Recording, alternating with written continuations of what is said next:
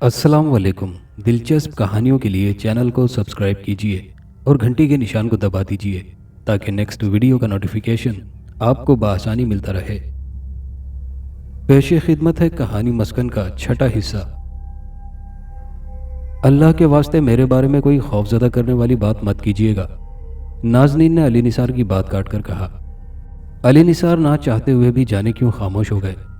फिर उन्होंने इस बात को फरेब नज़र समझकर दिमाग से निकालना चाहा, लेकिन ये बात फरेब नज़र न थी, हकीकत पर मबनी थी। एक रात फिर उन्होंने नाज़नीन को उसी तरह टहलते और उसी तरह लेटे देखा। जब उन्होंने इस सूरत हाल का जिक्र नाज़नीन से किया, ना अपनी माँ को बताया, उन्होंने इस मसले पर बराह रास्त अपने वालिद निसार अय्यूब से बात की। उनके वालिद के जहन में पहली रात को अली निसार को देखकर बेहोश हो जाने वाला वाक़या महफूज था। निसार अय्यूब ने अपने बेटे अली निसार से दो चार सवालात किए और बस फिर इतना कहा, परेशान होने की ज़रूरत नहीं। अली निसार अपने बाप से बात करके मुतमईन हो गए, लेकिन परेशानियों का सिलसिला थमा नहीं। एक दिन स्कूल में नाज़नीन क्लास लेकर निकली और नीचे स्कूल के दफ्तर में जाने के लिए सीढ़ियाँ उतरने लगी तो उन्हें एहसास हुआ कि जैसे किसी ने पीछे से धक्का दे दिया हो, जबकि पीछे कोई मौजूद न था। वो दो चार सीढ़ियाँ नीचे गिरी, उनके घुटने में चोट आई। शाम को नाज़नीन ने अली निसार को घुटने की चोट दिखाई और किसी के धक्का देने की बात बताई। घुटने की चोट तो दो चार दिन में ठीक हो गई, लेकिन घुटने का दर्द न गया, दर्द बढ़ता गया जूं जूं दवा की। ये वाक़या दोबारा इसी तरह पेश आया। सीढ़ियाँ उतरते हुए नाज़नीन को किसी ने धक्का दिया, वो दो चार सीढ़ियाँ नीचे गिरी। इस बार दूसरे घुटने में चोट आई। चोट दो चार दिन में ठीक हो गई, लेकिन घुटने का दर्द न गया। घुटनों की ये तकलीफ इस कदर बढ़ी कि उठना बैठना दूभर हो गया। नौमरी को गोया पेराना साली ने आ घेरा था। जब उठना बैठना मुहाल हुआ तो नाज़नीन ने स्कूल से छुट्टी ले ली। अली निसार ने अपने वालिद निसार अय्यूब को धक्का दिए जाने वाले वाक़यात गोशगुजार कर दिए। जवाब में निसार अय्यूब ने दोनों बार बस यही कहा था, परेशान होने की ज़रूरत नहीं। अब्बा जान, आखिर कब तक परेशान नहीं होऊंगा? नाज़नीन स्कूल जाने के काबिल नहीं रही है। अली निसार ने परेशान होकर कहा। तो अच्छा है, हमें बहू की नौकरी की कौन सी ज़रूरत है? निसार अय्यूब ने आराम से जवाब दिया। अब्बा जान, चले नौकरी छोड़ें, उसके लिए उठना बैठना दुश्वार है। अली निसार ने दूसरी दलील दी। अच्छा चलो, मैं किसी और अच्छे डॉक्टर का पता करता हूँ। निसार अय्यूब ने दूसरा रास्ता अख्तियार किया। अब्बा जान, कई अच्छे डॉक्टरों को दिखाया जा चुका है, सारे टेस्ट हो चुके हैं। हर डॉक्टर ये कहता है कि उनके घुटनों में कोई मर्ज नहीं। अली निसार ने वो बात दोहराई जिसे निसार अय्यूब अच्छी तरह जानते थे। किसी बड़े अस्पताल में ना दिखा लें? निसार अय्यूब ने फिर नया रास्ता दिखाया। अब्बा जान, आप प्रोफेसर साहब से बात क्यों नहीं करते? अली निसार को बिलाखिर वो कहना पड़ा जो कहना नहीं चाहते थे। प्रोफेसर मुजाहिद की बात कर रहे हो? निसार अय्यूब ने सवाल किया। जी अब्बा जान, मैं उन्हीं की बात कर रहा हूँ। ये केस डॉक्टरों के बस का नहीं। भाई, मैं उनसे कई बार बात कर चुका हूँ, हर बार बस इतना कहकर चुप हो जाते हैं कि अच्छा मैं देखता हूँ। निसार अय्यूब ने बताया। उनसे पूछें आखिर कब तक देखेंगे? अली निसार ने उकसाया। आखिर वो आपके दोस्त हैं? वो मेरे दोस्त ज़रूर हैं, लेकिन अपनी मर्जी के मालिक हैं, मैं उन्हें मजबूर नहीं कर सकता। निसार अय्यूब ने साफ गोई से कहा। फिर अली निसार को तसल्ली देते हुए बोले, अच्छा मैं एक बार फिर बात करता हूँ।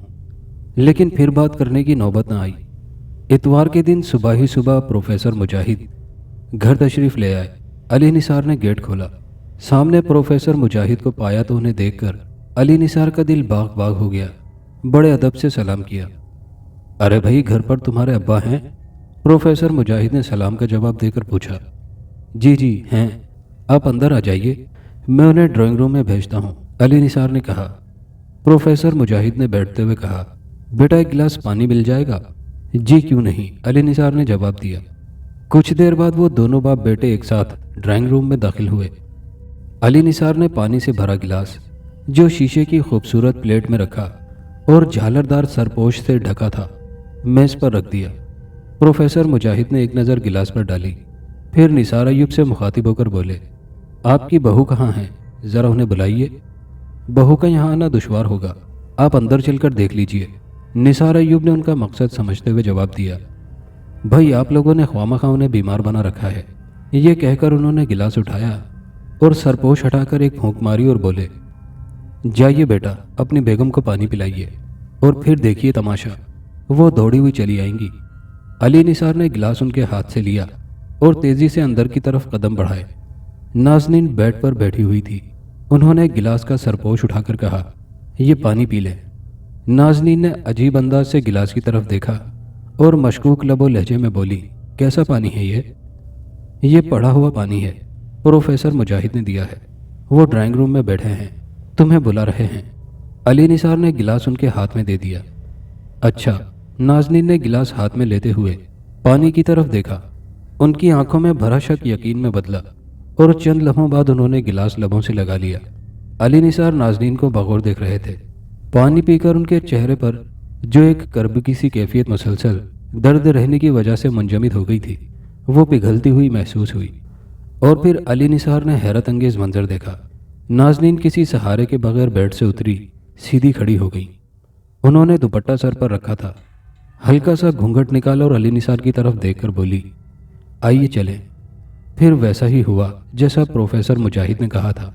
वो बड़े इत्मीनान से चलती हुई ड्राइंग रूम में दाखिल हुई। नाज़नीन को बगैर सहारे के यूं आता देखा तो निसारा यूं बोलते बोलते रुक गए और हैरत ज़दा नज़रों से अपनी बहू को देखने लगे। बैठिए बेटा। प्रोफेसर मुजाहिद ने सामने वाले सोफे की तरफ इशारा किया। नाज़नीन बहुत अदब से मुस्कुराकर सिमट कर बैठ गईं और सर कदरे झुका लिया।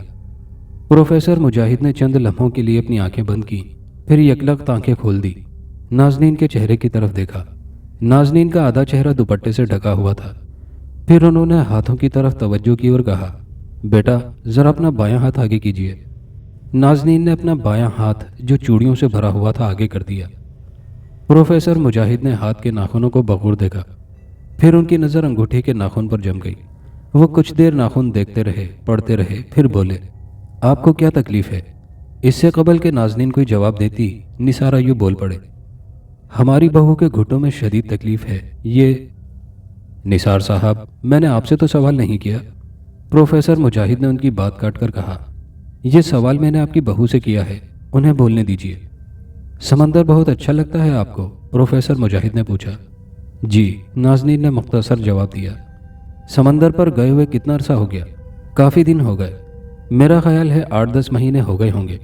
मैं शादी से पहले अपनी फैमिली के साथ पिकनिक पर हॉक्स बे गई थी। नाज़नीन ने कुछ इस अंदाज में जवाब दिया कि हर सवाल का जवाब आ गया जो प्रोफेसर मुजाहिद के जहन में था। ठीक है बेटा, आप जाइए। ये कहकर प्रोफेसर मुजाहिद ने अली निसार की तरफ देखा, आप भी जाइए। जब नाज़नीन और अली निसार ड्राइंग रूम से निकल गए तो प्रोफेसर मुजाहिद ने निसार अय्यूब को मुस्कुराकर देखा और बोले, प्यारे भाई, देखने में कुछ वक्त लगता है ना, ये हमारी बहू का मामला था, इस पर खुसूसी तवज्जो दरकार थी। अब मैंने बहुत कुछ देख लिया है, आप हुक्म करें तो कुछ अर्ज़ करूं? जी प्रोफेसर साहब, फरमाइए, निसार अय्यूब ने संजीदगी से कहा। जवाब में प्रोफेसर मुजाहिद ने जो फरमाया वो खासा होशरुबा था।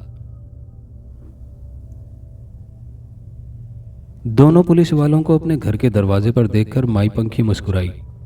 दिलदार बख्श का अंदाज बिल्कुल बदला हुआ था। वो जो उसके कत्ल के दर पे था अब खुद मकतूल हो गया था। दिलदार बख्श के साथ जो पुलिस वाला था उसका रवैया भी फिदवियाना था। माई पंखी दोनों को अंदर ले आई। उसने दीवार से लगी चारपाई को दीवार से हटाकर दोनों को बैठने का इशारा किया। दिलदार बख्श और खालिद कुरैशी दाएं बाएं सरहानी की तरफ बैठ गए। माई पंखी पाइती की जानी पट्टी पर बैठ गई। खालिद कुरैशी बगौर उस अजूबा रोजगार बुढ़िया को देख रहा था। दिलदार के मुकाबले में उसका मुशाहिदा तेज था। 80 साल की ऐसी चाको चौबंद बुढ़िया जिसकी कमर तीर की तरह सीधी और आंखों में मुर्दनी की बजाय भरपूर जिंदगी थी, ऐसी बुढ़िया उसने आज तक ना देखी थी। ये बुढ़िया उसे बड़े काम की नजर आई। ओ माई, तेरा नाम क्या है? दिलदार बख्श ने बड़े नरम लहजे में पूछा। बड़ी जल्दी तुझे मेरे नाम का ख्याल आ गया, माई पंखी ने तंजन कहा। किसी ने बताया तो था पर मैं भूल गया, दिलदार बख्श ने बात बनाई। काका, मेरा नाम पंखी है, माई पंखी ने बताया। सब मुझे माई पंखी कहते हैं। माई पंखी, तेरा शुक्रिया, दिलदार बख्श ने मिठाई का डब्बा उसके सामने रखते हुए कहा। तू उस दिन अगर कमाल ना दिखाती तो मेरा बेटा तो गया था जेल में। काका, ये कौन है? माई पंखी ने खालिद कुरैशी की तरफ इशारा किया। माई पंखी, ये मेरा दोस्त है, थानेदार खालिद कुरैशी। ये तुझसे मिलने का ख्वाहिशमंद था, दिलदार बख्श ने तारुफ कराया। फिर मिठाई का डब्बा उठाकर उसकी तरफ बढ़ाते हुए बोला, ये तेरे लिए मिठाई लाया हूँ। लाहौर की सबसे बड़ी दुकान की है। माई पंखी ने डब्बा उसके हाथ से लेकर चारपाई पर रख दिया और बोली, काका मैं तो मिठाई नहीं खाती। माई पंखी का जवाब सुनकर खालिद कुरैशी की नौके जुबां पर बेख्तियार जुमला आया, तो फिर क्या जहर खाती है? लेकिन वो कहते कहते रुक गया और बोला, माई पंखी फिर तू खाती क्या है? काका मैं संखिया खाती हूँ, माई पंखी ने बड़ी सादगी से कहा। खालिद कुरैशी बड़ा हैरान हुआ। इसका मतलब है कि उसने जो सोचा सच सोचा था। फिर भी उसने वजाहत चाही। संखिया यानी जहर? हाँ, संखिया के अलावा मैं अफयून भी खा जाती हूँ। बस तू यूँ समझ ले कि मिठाई मेरे लिए जहर है, फिर हीरोइन पिया कर। हुश, माई पंखी अजीब अंदाज में बोली। हीरोइन बच्चे पीते हैं काका, अगर तुझे कहीं से असली अफयून मिल जाए तो ले आना। माई पंखी ये कोई मसला ही नहीं, दिलदार बख्श ने कहा। अच्छा मिठाई नहीं खाती तो ना खा, हमें तो खिला। अच्छा। माई पंखी ने डब्बा खोला तो उस मिठाई के ऊपर उसके ऊपर एक लिफाफा रखा दिखाई दिया। उसने पूछा, काका इसमें क्या है? माई पंखी खोलकर देखेगी तो पता चलेगा ना, दिलदार बख्श बोला। माई पंखी ने लिफाफा खोलकर देखा तो उसमें 5,000 रुपए के नोट रखे नजर आए। माई पंखी ने लिफाफा ज्यों का त्यों बंद करके मिठाई पर रखा और हंसकर बोली, काका पुलिस तो रिश्वत लेती है, ये इसने देना कब से शुरू कर दिया? माई पंखी पुलिस भी इंसान है, उसकी भी कहीं कोई गोड फंस सकती है, खालिद कुरैशी बोला। इसका मतलब है कि तुम लोगों की गोड फंसी है, तभी मिठाई और पैसे लेकर आए हो। ओ काका ये उठा मेरे सामने से, मुझे पैसा चाहिए ना मिठाई, चल अपना काम बता। जब खालिद कुरैशी ने काम बताया तो माई पंखी के चेहरे पर कई रंग आकर गुजर गए। वो सोचने लगी पुलिस वाले किस किस्म का काम उसके पास लेकर आए हैं। अगर कोई फिल्मी हीरोइन किसी निजी महफिल में रक्स करने के लिए राजी नहीं तो वो उसे कैसे मजबूर कर सकती है? ओ काका वो तुम पुलिस वालों के काबू में नहीं आती तो मैं भला क्या कर सकती हूँ? माई पंखी को बिलाखिर कहना ही पड़ा। उसकी पहुंच बहुत ऊपर तक है, समझ रही है ना बात को?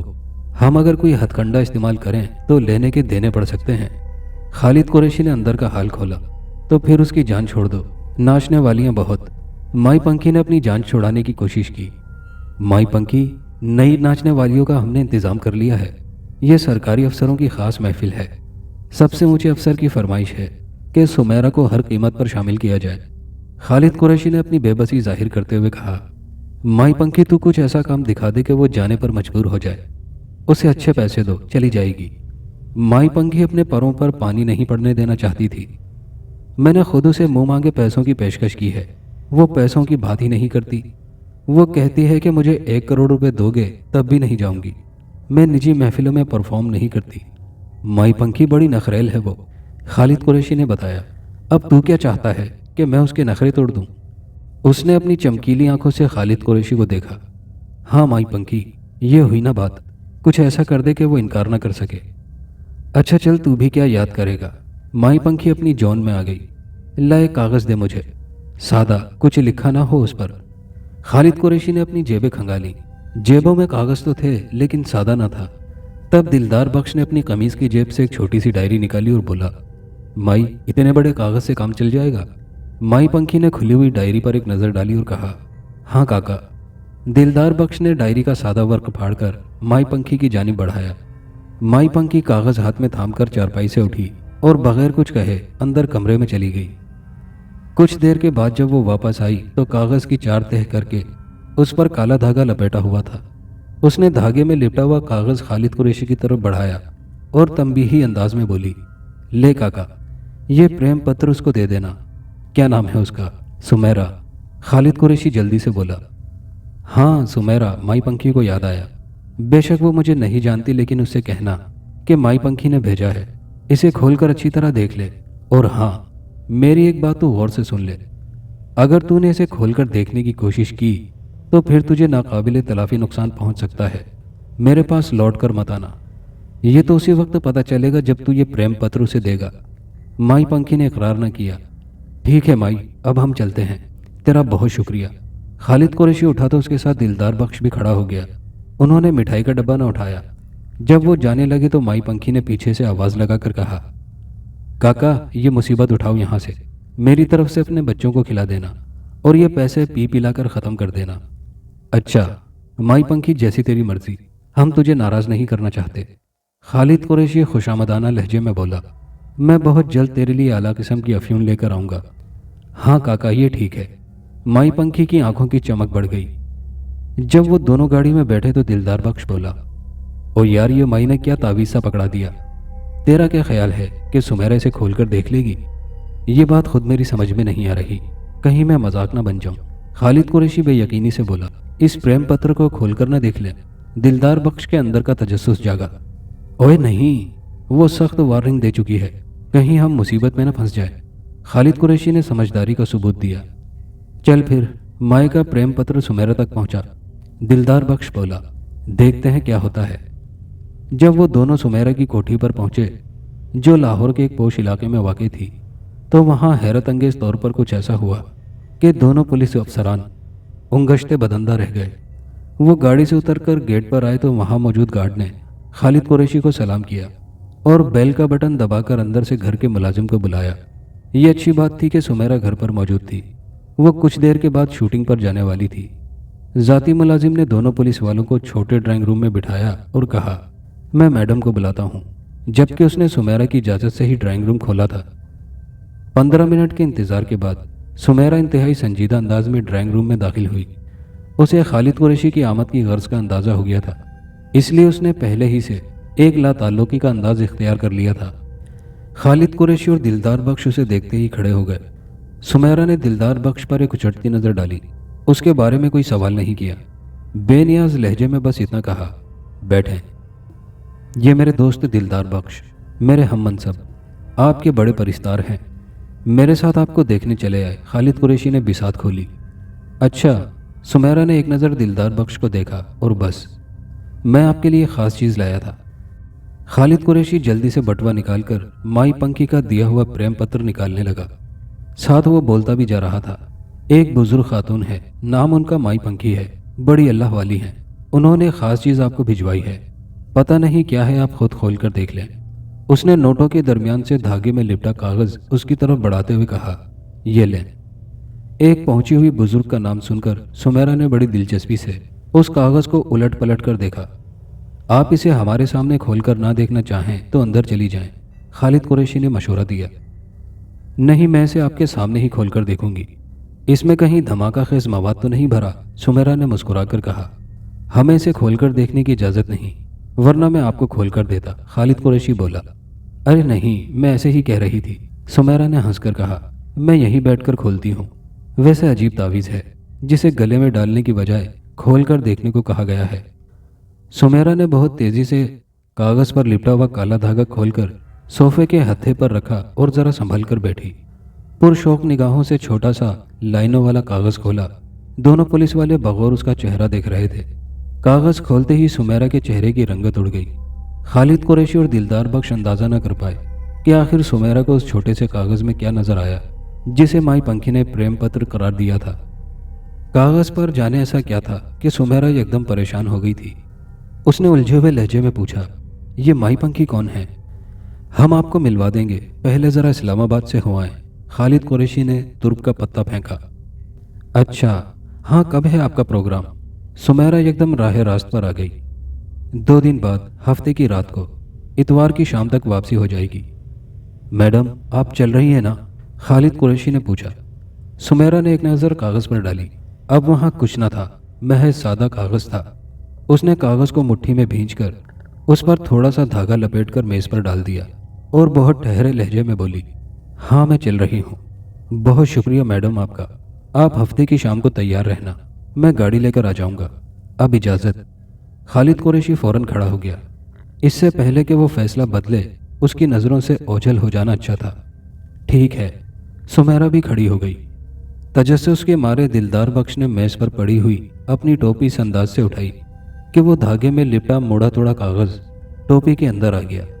اس نے پورے اطمینان سے ٹوپی سر پر رکھی اور ڈرائنگ روم سے باہر نکل آیا۔ وہ اپنے اس کارنامے پر بہت خوش تھا۔ خالد قریشی سمیرا سے کچھ بات کرنے لگا تھا، وہ آنے جانے اور رقم کی تفصیل سے اسے آگاہ کر رہا تھا۔ اتنے میں دلدار بخش اس کی کوٹھی سے باہر نکل آیا اور اپنی گاڑی میں آ بیٹھا۔ اس کاغذ میں ایسا کیا تھا جسے دیکھ کر سمیرا کے چہرے پر پریشانی دوڑ گئی تھی؟ وہ یہ معلوم کرنے کے لیے بے چین تھا स्टीयरिंग सीट पर बैठकर उसने कोठी के गेट की तरफ देखा। गेट बंद था, अभी खालिद कुरैशी बाहर नहीं आया था। उसने टोपी उतारकर कागज हाथ में लिया और टोपी सर पर जमा ली। फिर कागज का काला धागा हटाया, उसे खिड़की से बाहर फेंका और बड़ी एहतियात से कागज को सीधा करने लगा। जब उसने कागज खोलकर उस पर नजरें जमाई तो वो मंजर उसका दिल दहलाने के लिए काफी था। ओए, तुम ये प्रेम पत्र वहां से उठा लाए? यार, बड़ी सफाई से काम दिखाया। क्या है इस कागज में? माई पंखी ने तो कमाल कर दिया।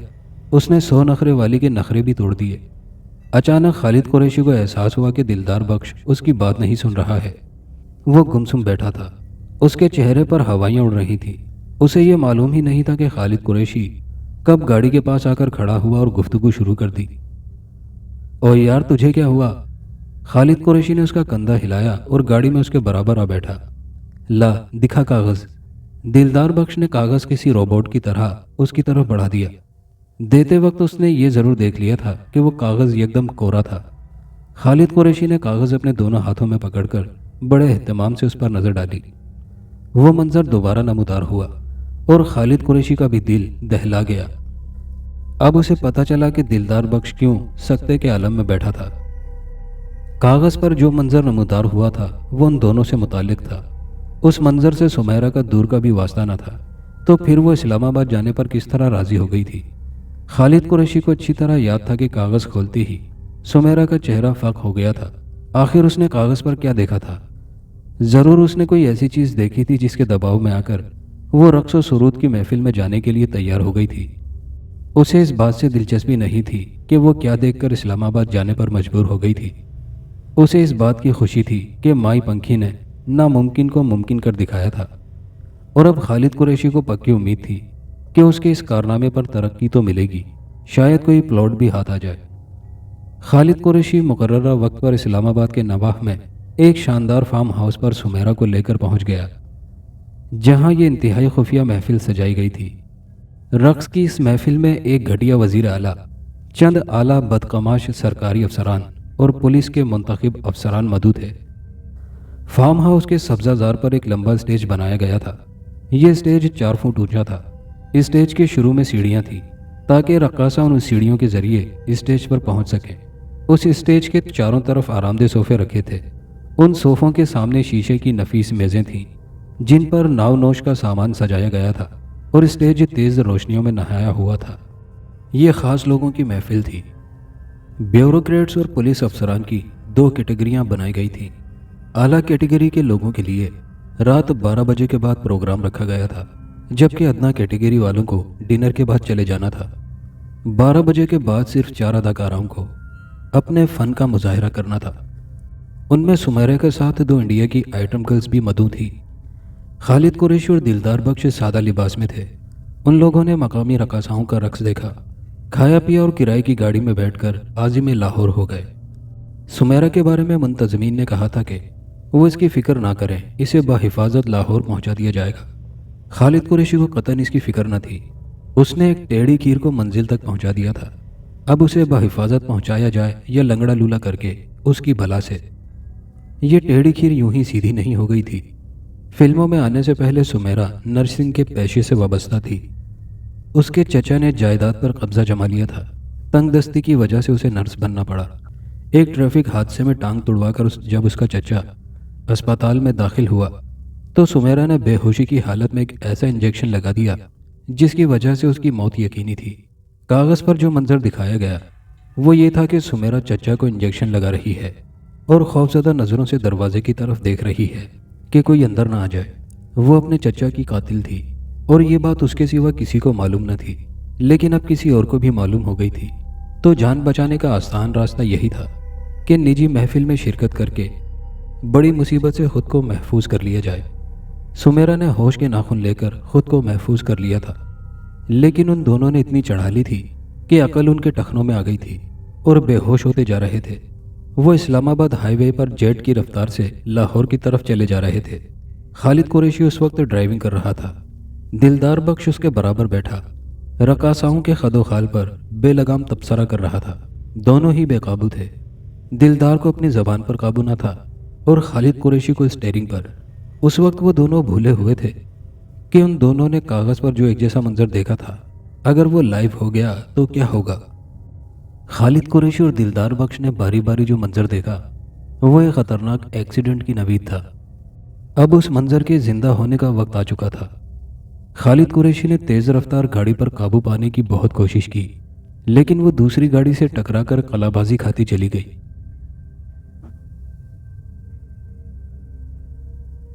प्यारे भाई, बात यह है, प्रोफेसर मुजाहिद ने अलिफ लैला छेड़ी, हमारी बहू के पीछे खबीस समंदर लगा है। बहू जब अपनी फैमिली के साथ हॉक्स बे पर गई तो ज़रूरत के तहत उन झाड़ियों में चली गई जो हट के बाईं जानिब मौजूद थी। अगरचे हमारी बहू अपनी 2 बहनों के साथ गई थी, लेकिन बहनें झाड़ियों के बाहर खड़ी रही थीं, जबकि ये अंदर चली गई थी। उधर किसी के आने का इम्कान न था। बहू एहतियातन अपनी निगरानी के लिए उन्हें अपने साथ ले गई थी। हमारी बहू को ये बात मालूम नहीं थी कि उन झाड़ियों में किसी खबीस का बसेरा है। बहू झाड़ियों से खौफजदा होकर ज़रूर निकली, लेकिन वो ये इदराक न कर सकी कि किस किस्म की बलाएं उसने अपने सर मंडली है। इस तरह की चीज़ें बंदे के अंदर दाखिल हो जाती हैं। उनका तरीक़ा वारदात ये होता है कि बंदे को मफलूज कर देती हैं, उसे बीमार डाल देती हैं, उसकी रगों में खून के साथ गर्दिश करने लगती हैं। किसी को अंदाज़ा नहीं होता कि उसके साथ क्या हो रहा है। मुतासिर बंदे को भी कुछ मालूम नहीं होता, बस वो खुद को बीमार समझता है। उस खबीस ने बहू को पूरी तरह जकड़ लिया है, उसके घुटने बेकार कर दिए हैं। दम किए हुए पानी से वो वक्ती तौर पर संभल गई है, लेकिन ये मुस्तकिल इलाज नहीं। हमें बहू को उस खबीस से आज़ाद कराना होगा। निसार अय्यूब प्रोफेसर की कहानी मुंह खोले सुन रहे थे। इस इंकिशाफ पर कि उनकी बहू नाज़नीन किसी की चपेट में है, वो सख्त परेशान हो गए थे। घबरा कर बोले, प्रोफेसर मुजाहिद, अब क्या होगा? कुछ नहीं होगा, अंग्रेज़ यहाँ से जाएंगे और पाकिस्तान आज़ाद होगा। प्रोफेसर मुजाहिद ने बात को हंसी में उड़ाने की कोशिश की। प्रोफेसर साहब, मैं संजीदा हूँ, निसार अय्यूब बोले। तो प्यारे भाई, मैंने कौन सी गैर संजीदा बात की है? क्या अंग्रेज़ के जाए बगैर पाकिस्तान आज़ाद हो सकता है? पर नाला फिर वहीं गिरा। आप मुझे माफ़ नहीं कर सकते? निसार अय्यूब की परेशानी में कोई कमी न आई। मैं बहुत परेशान हूँ, लेकिन आपकी परेशानी से क्या होगा? वो खबीस तो भागने से रहा। फिर कौन भगाएगा उसे? मैं भगाऊंगा उस खबीस को। निसार अय्यूब, आप परेशान क्यों होते हैं? प्रोफेसर मुजाहिद ने तसल्ली आमेज़ लहजे में कहा, जहाँ से वो आया है उसे वहीं छोड़कर आना होगा। जान छोड़ जाएगा वो? निसार अय्यूब ने पूछा। कोशिश तो मेरी यही होगी, प्रोफेसर मुजाहिद संजीदगी से बोले। मैं एक सफ़ेद धागा दूंगा, उसमें 7 गिराह लगी होंगी। ये धागा उसी समंदर में फेंकना होगा जहाँ से वो पीछे लगा था। बहू को साथ ले जाना होगा। ये काम आपकी निगरानी में होगा। अली निसार हमरा जा सकते हैं, भाभी को भी साथ ले जाना होगा। प्रोफेसर साहब, कोई परेशान कुन मसला तो दरपेश नहीं होगा? निसार अय्यूब झिझकते हुए बोले। क्या आप साथ नहीं जाएंगे? नहीं, मैं साथ नहीं जाऊंगा। मैं सैटेलाइट के जरिए इस ऑपरेशन की निगरानी करूंगा। आखिर को मैं किसी अमरीकी सदर से कम हूं? एक बार फिर उनकी रगे ज़राफ़त फड़की। अच्छा। उनकी बात सुनकर निसार अय्यूब मुस्कुराए बिना न रह सके। जाना कब होगा? आज के दिन है। फिर फौरन ही बोले, आज तो इतवार है। तो प्यारे भाई, आपको हॉक्स बे जाना होगा जुमेरात की सुबह, ठीक है? जुमेरात की सुबह 7:30 बजे के करीब निसार अय्यूब अपने बहू, बेटे और बेगम फरीदा के साथ गाड़ी में हॉक्स बे की जानिब आज़िम सफ़र हुए। प्रोफेसर मुजाहिद फजर के बाद घर आकर निसार अय्यूब को धागा दे गए थे, साथ साथ बता गए थे कि क्या करना कैसे करना है। ये बटा हुआ धागा था, डोरीनुमा, कोई 9 इंच लंबा। उसमें 7 गिरहें लगी थी। निसार अय्यूब ने बहुत एहतियात से उसे अपनी जेब में रख लिया और रास्ते भर जेब पर हाथ रखकर तस्दीक करते रहे कि धागा जेब में मौजूद है या नहीं। सरदस्त मसला ये था कि उस जगह कैसे पहुंचा जाए जहां 10 माह पहले नाज़नीन की फैमिली ने पिकनिक मनाई थी। नाज़नीन को रास्ता मालूम न था, लेकिन उन्होंने इतना ज़रूर कहा था कि अगर उन्हें आसपास के इलाके में पहुंचा दिया जाए तो वो हट पहचान लेंगी। अली निसार ने नाज़नीन के भाइयों से बात करके उस हट की लोकेशन का अंदाज़ा कर लिया था। उस वक्त गाड़ी अली निसार चला रहे थे।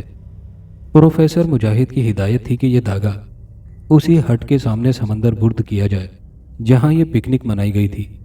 अगर हम उस जगह ना पहुंच सके तो? निसार अय्यूब ने पूछा था। नहीं, ऐसा नहीं होगा, आप लोग ज़रूर वहां पहुंच जाएंगे। प्रोफेसर के लहजे में यकीन था, और ऐसा ही हुआ।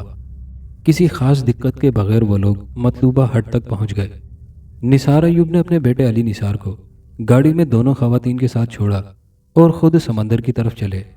सड़क से उतरते ही ढलानी रास्ता था जो हट तक पहुंचते पहुंचते हमवार हो गया था। दाएं जानिब घड़ी झाड़ियां मौजूद थी।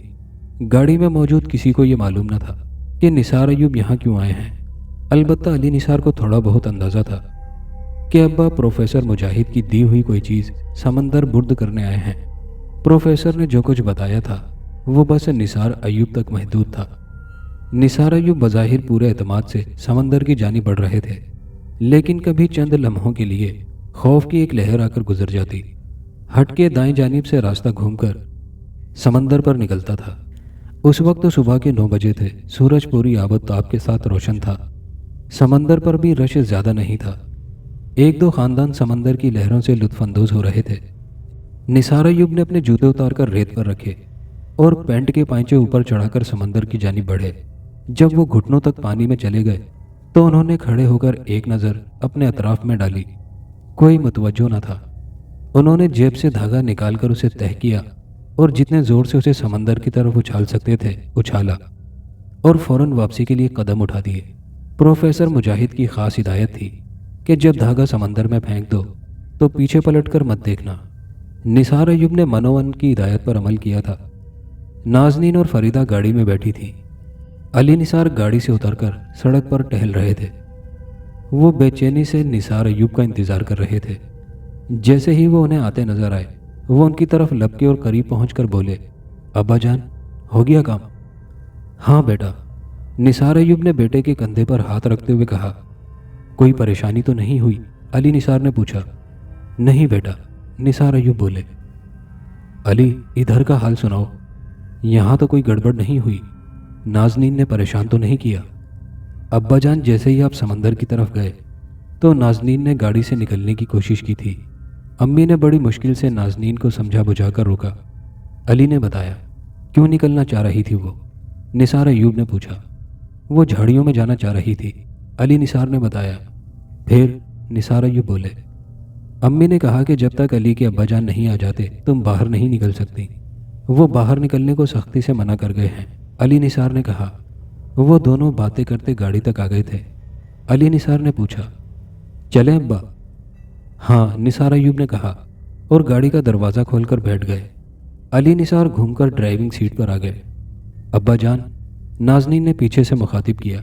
उनकी आवाज़ में अजीब वहशत सी थी। निसार अयूब परेशान हो गए। उन्होंने पलटकर कहा, जी बेटा। अब्बा जान, मेरी बात सुने। निसार अयूब को महसूस हुआ जैसे नाज़नीन कोई ख़ास बात करना चाह रही हैं। उन्होंने पूछा, क्या उतरकर तुम्हारे पास आ जाऊं? जी अब्बा जान। नाज़नीन के चेहरे पर हवाइयाँ उड़ी हुई थी। निसार अयूब फौरी गाड़ी से बाहर आ गए और पिछले दरवाजे से नाज़नीन ने उतरने की कोशिश की तो फरीदा ने उन्हें पकड़ लिया और सख्ती से बोली, बाहर मत निकलो। भाई, क्या मसला है? निसार अयूब ने बीवी से मुखातिब होकर कहा। कुछ नहीं, आप गाड़ी में बैठें और चलें, फरीदा फैसला कुन अंदाज में बोली। निसार अयूब खामोशी से फ्रंट सीट पर आकर बैठ गए तो पीछे से फरीदा की आवाज़ आई, अली, जल्दी चलो। अली निसार ने तेज़ी से गाड़ी बैक की और फिर तेज़ी से ही घुमाकर सड़क पर डाल दी। निसार अयूब चाह रहे थे कि किसी पब्लिक बूथ से टेलीफोन करके प्रोफेसर मुजाहिद को सूरत हाल से आगाह कर दें, लेकिन रास्ते में कोई पब्लिक बूथ नज़र नहीं आया। तब उन्होंने एक जनरल स्टोर देखकर गाड़ी रुकवाई और अली से कहा, बेटा देखना, यहाँ टेलीफोन है क्या? अली ने स्टोर से वापस आकर बताया, जी अब्बा जान, टेलीफोन है। निसार अयूब गाड़ी से उतरे तो फरीदा भी बाहर आ गई और उनके पीछे आते हुए बोली, सुनिए। क्या हुआ? निसार अयूब ने रुककर पूछा। वो नाज़नीन को वॉशरूम की शदीद ज़रूरत है, परेशान हो रही है, फरीदा ने कहा। अरे लेकिन यहाँ कहाँ जाएगी? निसार अयूब ने इधर उधर नज़रें घुमाई। बाएं हाथ एक और ज़ेली सड़क थी और 7 क्वार्टरनुमा घर बने हुए थे। उन्होंने कहा, यहीं कहीं किसी घर में जाना होगा। ठीक है, मैं ले जाती हूँ, फरीदा कहकर गाड़ी की तरफ बढ़ी। बेगम, 1 मिनट, निसार अयूब ने उन्हें रोका। मैं ज़रा प्रोफेसर मुजाहिद को फ़ोन करके आ जाऊँ, फिर आप ले जाइएगा। अच्छा, फरीदा ने इस बात में गर्दन हिलाई और गाड़ी में जा बैठी। 2 मिनट बाद निसार अयूब स्टोर से बाहर आ गए और नाज़नीन को वॉशरूम ले जाने का ग्रीन सिग्नल देते हुए कहा, जल्दी वापस आ जाएं। 10-15 मिनट में दोनों की वापसी हो गई। گھر کے مکین بااخلاق تھے۔ انہوں نے خندہ پیشانی سے استقبال کیا، یہاں تک کہ چائے پینے کی بھی پیشکش کی۔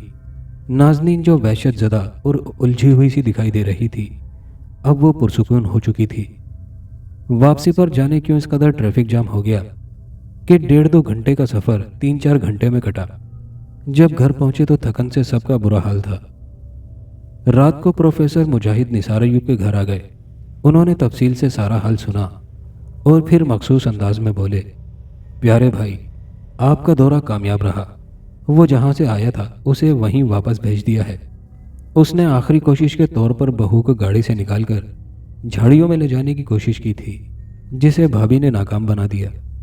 اگر نازنین بیگم کے کنٹرول میں نہ آتی اور جھاڑیوں میں چلی جاتی تو سوال ہوا تو کچھ نہ ہوتا، تھوڑی بہت پیچیدگی ہو جاتی، ہم سنبھال لیتے۔ پروفیسر مجاہد نے کہا، اب کیا کرنا ہے؟ اللہ کا شکر ادا کرنا ہے، پروفیسر مجاہد مسکرا کر بولے۔ اس کے علاوہ نثار ایوب نے پوچھا، آپ ذرا بہو کو بلوائیں، میں ایک نظر دیکھ لوں، پھر آگے کا بتاتا ہوں۔ ڈرائنگ روم کے اندرونی دروازے میں جا کر انہوں نے علی نثار کو آواز لگائی، ارے بیٹا علی، ذرا بہو کو تو لے کر آؤ۔ جی اچھا ابا جان، اندر سے آواز آئی۔ گھٹنے کی تکلیف کیسی ہے؟ کم ہے لیکن ختم نہیں ہوئی، 1-8 ہفتے میں ختم ہو جائے گی انشاءاللہ۔ کوئی احتیاط وغیرہ؟ بس مغرب کے بعد بہو گھر سے باہر نہ نکلے، پروفیسر مجاہد نے کہا۔ اگر نکلنا بہت ضروری ہو تو مغرب کے آدھے گھنٹے کے بعد گھر سے نکلے اور ٹیلی فون پر مجھے بتا دیں، ٹھیک ہے؟ نثار ایوب نے کہا۔ اتنے میں نازنین علی نثار کے ساتھ ڈرائنگ روم میں آ گئیں۔ پروفیسر مجاہد نے انہیں اپنے سامنے والے صوفے پر بیٹھنے کا اشارہ کیا، ایک نظر ادھ کھلے چہرے پر ڈالی اور دونوں ہاتھوں کے ناخنوں کو بغور دیکھا اور ایک پرسکون سانس لے کر بولے، اللہ تیرا شکر ہے۔ اس کے بعد نازنین سے مخاطب ہوئے، بس جاؤ بیٹے، اللہ نے آپ پر بڑا کرم کر دیا۔ نازنین نے ادب سے پروفیسر مجاہد کو سلام کیا اور علی نثار کے ساتھ ڈرائنگ روم سے نکل گئی۔ پیارے بھائی، بات یہ ہے کہ نازنین کے جانے کے بعد پروفیسر مجاہد نثار ایوب سے مخاطب ہو کر بولے، سیلاب ہمیشہ تباہی لاتا ہے اور واپس جاتا ہے تو اپنی تباہی کے نشانات چھوڑ جاتا ہے۔ ان خبیثوں کا بھی یہی وتیرہ ہے، جب کسی لڑکی کو جکڑتے ہیں تو اسے توڑ پھوڑ کر رکھ دیتے ہیں اور واپسی پر اپنے اثرات چھوڑ جاتے ہیں۔ اللہ مالک ہے، پریشان ہونے کی ضرورت نہیں۔ پانی کی ایک بوتل منگاؤ، میں وہ دم کر دیتا ہوں، بہو وہ پانی پیتی رہے۔ پانی ختم ہونے لگے تو اسی میں اور ملا لے، ٹھیک ہے؟ ہاں ایک بات اور۔ پھر جو بات پروفیسر مجاہد نے بتائی وہ خاصی چونکا دینے والی تھی۔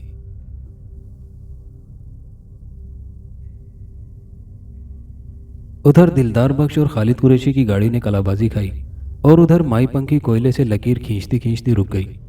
اس نے اچانک ایک زوردار دھماکے کے ساتھ آگ کے شعلے اٹھتے دیکھے۔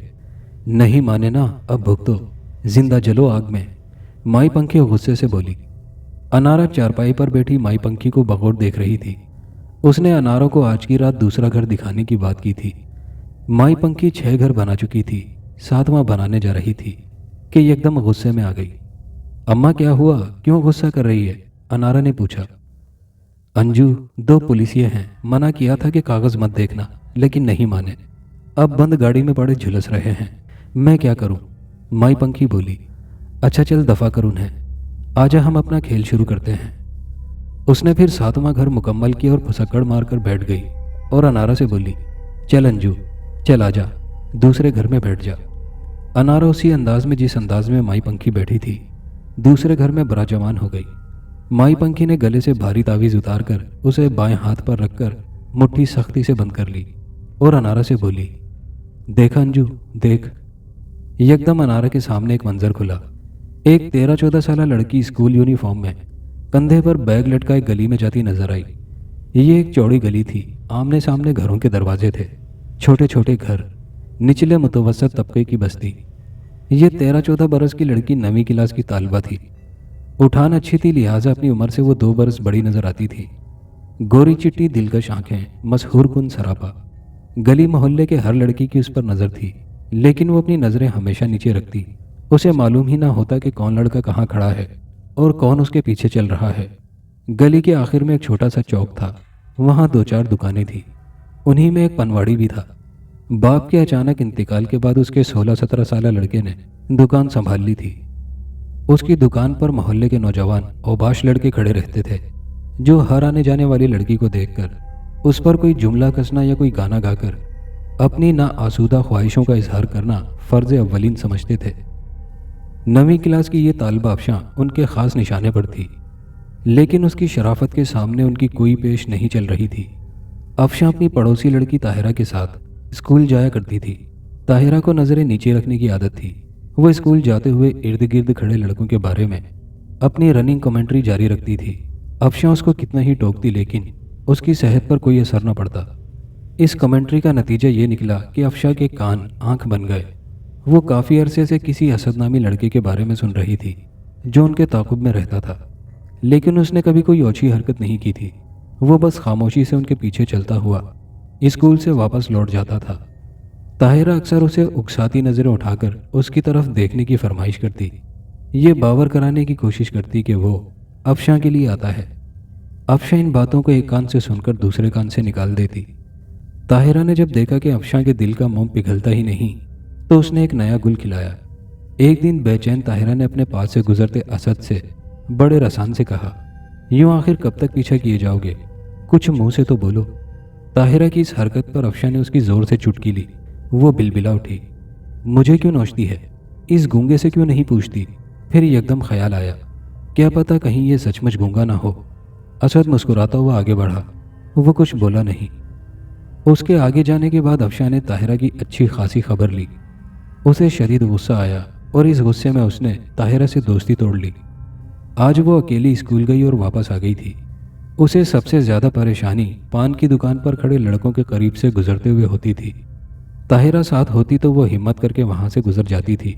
آج اسکول جاتے اس دکان کے سامنے سے گزرتے اسے پسینے آ گئے تھے۔ ایک دو لڑکوں نے اس کا پیچھا بھی کیا تھا۔ انہی میں سے کسی لڑکے نے فلمی مکالمے بولتے ہوئے اس کا دوپٹہ کھینچنے کی کوشش کی تھی۔ نزدیک ہی اسد موجود تھا۔ وہ قد کاٹ کا اچھا خاصا تھا۔ اس نے اس سوکھے سڑے لڑکی کی اچھی خاصی پٹائی کر دی اور اسے بحفاظت اسکول تک چھوڑ کر گیا۔ اسکول کے گیٹ کے نزدیک پہنچ کر افشاں چند لمحوں کے لیے رکی۔ جیسے ہی اسد اس کے قریب آیا، اس نے پہلی بار نظر اٹھا کر اسد کو دیکھا اور دھیرے سے بولی، آپ کا شکریہ۔ پھر شکریہ ادا کر کے وہ وہاں رکی نہیں۔ اس نے اسد کا جواب بھی سننے کی کوشش نہیں کی تھی۔ اسد اچھے ڈیل ڈول کا 18-19 سال کا وجیح لڑکا تھا۔ وہ ایک نظر میں اس کی آنکھوں میں بس گیا۔ اس کے بعد خطوط کا سلسلہ شروع ہوا اور چلتا رہا۔ افشاں میٹرک میں پہنچ گئی۔ اب اسے سوتے جاگتے، اٹھتے بیٹھتے، کھاتے پیتے، ہر وقت ہر جگہ اسد کا خیال رہنے لگا۔ اس کے اندر کی کیفیت بدل گئی۔ وہ جو ان معاملات سے دور بھاگتی تھی، اب اس معاملے میں اندر تک اتر گئی۔ طاہرہ سے پھر سے دوستی ہو گئی۔ جو باتیں اسے پہلے بری لگتی تھی، اب وہ باتیں اچھی لگنے لگیں۔ اپنے دل کا حال تمام کہنے کے لیے اس نے طاہرہ کو رازدار بنا لیا۔ اسد نے اب باہر ملنے کا تقاضا شروع کیا۔ اس کے بے حد اصرار پر وہ طاہرہ کے ساتھ ایک پارک میں ملنے گئی۔ طاہرہ پارک میں جا کر الگ ہو جاتی اور وہ دونوں کسی تنہا بینچ پر جا بیٹھتے۔ ایسا 2-3 بار ہوا تھا۔ اسد کو طاہرہ کی موجودگی کھٹکتی تھی۔ وہ چاہتا تھا کہ طاہرہ ان کی ملاقاتوں میں حائل نہ ہو، لیکن افشاں خوفزدہ رہتی تھی۔ طاہرہ کی وجہ سے اسے تحفظ حاصل تھا۔ افشاں کے والد اور بھائی ایک گارمنٹس فیکٹری میں ملازم تھے۔ دیکھے جانے کی صورت میں اس پر قیامت ٹوٹ سکتی تھی۔ ایک دن اسکول سے چھٹی کے بعد اسکول سے باہر نکلی تو اسد گاڑی لیے سامنے کھڑا تھا۔ اس نے افشاں اور طاہر کو ساتھ بٹھایا۔ راستے میں اس نے افشاں کو بتایا کہ وہ اسے اپنی بڑی بہن سے ملانا چاہتا ہے۔ وہ اس سے ملنے کے بعد امی سے سفارش کریں گی، پھر امی ابو اس کے گھر آئیں گے۔ یہ ایک اچھی خبر تھی۔ افشاں چاہتی تھی کہ طاہرہ بھی ساتھ چلے، لیکن اس نے جانے سے انکار کر دیا۔ تو اسد نے طاہرہ کو گھر کے نزدیک چھوڑا اور اسے لے کر آگے بڑھ گیا۔ اسد ایک باتونی لڑکا تھا۔ وہ راستے بھر افشاں کو شادی کے خواب دکھاتا آیا۔ افشاں بہت خوش تھی کہ اس کی زندگی میں ایک ایسا لڑکا آیا تھا جس نے اس سے کبھی کوئی غیر اخلاقی بات نہ کی تھی۔ اب وہ اسے بڑی بہن سے ملانے کے لیے لے جا رہا تھا کہ شادی میں حائل رکاوٹیں دور ہوں۔ جب وہ دونوں ہنستے مسکراتے سیڑھیاں چڑھتے آخری یعنی چوتھے فلور کے ایک فلیٹ کے دروازے پر پہنچے تو اسد نے ایک ایسی حرکت کی کہ افشاں پریشانی میں مبتلا ہو گئی، اور بات بھی پریشان کن تھی۔ اسد نے جینز کی جیب سے ایک لمبی چابی نکالی اور دروازے میں لگے تالے کے سوراخ میں ڈال دی اور اسے دیکھ کر مسکرایا۔ یہ آپ کی بہن کا گھر ہے؟ افشاں نے پریشان ہو کر پوچھا۔ ہاں، اسد نے پورے اعتماد سے چابی گھمائی۔ वो कहाँ हैं और उनके घर की चाबी आपके पास क्यों है? अफशां की घबराहट बदस्तूर थी। असद दरवाज़ा खोलते खोलते रुक गया और उसकी तरफ पलटते हुए बोला, बाजी एक स्कूल में हेड मिस्ट्रेस हैं। उन्होंने कहा था कि अगर मुझे स्कूल से आने में देर हो जाए तो परेशान ना होना। ये डुप्लीकेट चाबी रख लो। दरवाज़ा खोलकर इत्मीनान से बैठ जाना। अफशां को कोल्ड ड्रिंक पिलाना ना भूलना। इतना बोलकर उसने अफशां की तरफ देखा। अब तुम बैठना ना चाहो तो वापस चलते हैं। यह कहकर उसने अफशां के जवाब का इंतज़ार न किया। दरवाज़ा लॉक किया और सीढ़ियों की तरफ कदम बढ़ाए। आओ चलें। नहीं असद, बाजी बुरा मानेंगी। कुछ देर इंतज़ार कर लेते हैं, अफशां बोली। दोस्तों, ये कहानी अभी जारी है। कहानी का बाकिया हिस्सा नेक्स्ट वीडियो में मुलाहिजा कीजिएगा। और दोस्तों से गुजारिश है कि अगर चैनल को सब्सक्राइब नहीं किया है तो बराए मेहरबानी सब्सक्राइब कर लीजिए। शुक्रिया।